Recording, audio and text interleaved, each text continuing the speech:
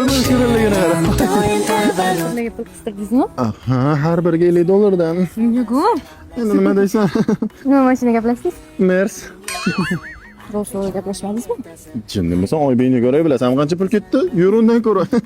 Bugun sizlar bilan birinchi farzand va to'rtinchi farzandga bo'lgan e'tibor haqida gaplashamiz. Qanaqa oling qani? Yaxshimi? Tuqqandan keyin ham 6 oy 1 yil qarashasizlar. Va albatta siz umuman qiynalib qolmang. Xo'pmi? Siz men buni olingda borib o'tiravering, men o'zim ovqat qilaman, o'zim kosta qilaman. Qarang boring. Bu bo'chog'imiz endi. Oqini olamizmi yoki pushtisini olamizmi? Xullas, birinchi farzandimiz qiz tim bo'ldi. Yaxshisini olaylik. Pushtisini olaylik. Pushti bo'ldi, xo'p, pushtisini olamiz. Oqini ham olaylik. Bo'pti, ikkalasini ham olamiz. Yuring, keting.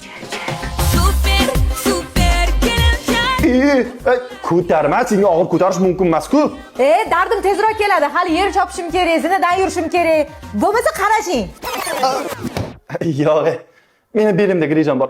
O'zing qil oqa. Menga qara xotin, bu 4-ku bu narsa kerak emasmi? Kiyim deganday. Voy, nima qilasiz rasxod qilib? Shuncha yildan beri rasxod qilayotgandek gapirasiz. Mana shuncha kiyimlar bor opasinikini. Kiyishadi. Bularning kir bo'lsa, dog' bo'lsa, to'g'ri kiymaydi-yu. Voy.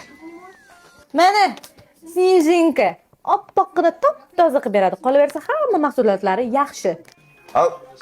O'g'il bola-ku 4-chimiz. Nima bo'pti o'g'il bola bo'lsa? Bilmaydi o'g'il bolani, kiyaveradi 2-3 yil. Keyin olamiz o'g'il bolacha kiyim.